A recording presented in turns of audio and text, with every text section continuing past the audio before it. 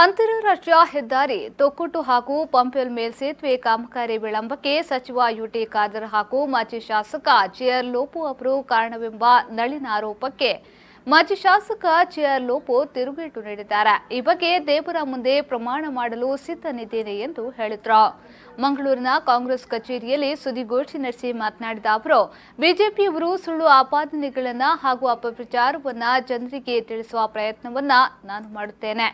ಸಂಸದ ಕಟೀಲ್ನವರೇ, ನಿಮಗೆ ನಾನು ನೇರ ಪ್ರಶ್ನೆ ಹಾಕ್ತೇನೆ. ನಾನು 5 ವರ್ಷಗಳ ಕಾಲ ಶಾಸಕನಾದ ಸಮಯದಲ್ಲಿ ಎಷ್ಟು ಸಭೆಯನ್ನ ಕರೆದಿದ್ರೆ?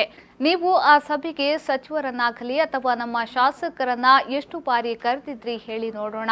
10 ವರ್ಷಗಳಲ್ಲಿ ವಿನ್ಯಾಸ ಬದಲಾವಣೆ ವಿಷಯ ನಿಮಗೆ ಗೊತ್ತಾಗಿಲ್ವಾ? ಇವಾಗ ವಿನ್ಯಾಸ ಬದಲಾವಣೆ ಆಗಿದೆ ಅಂತ ಹೇಳುತ್ತೀರಿ.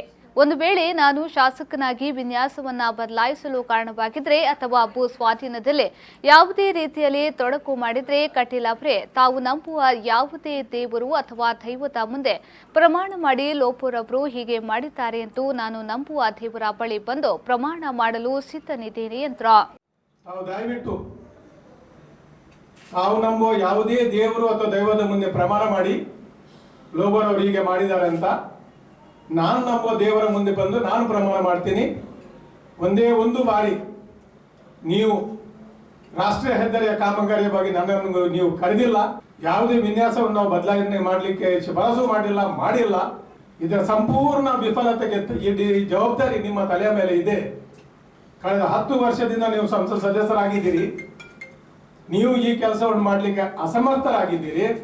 ಕೆಲಸ ಮಾಡುವಂತಹ ಸಮಯದಲ್ಲಿ ಈಗ ಅಧಿಕಾರಿಗಳ ಸಭೆಯನ್ನು ಮಾಡುವಾಗ ಪೊಲೀಸರವರನ್ನೆಲ್ಲ ಸಭೆ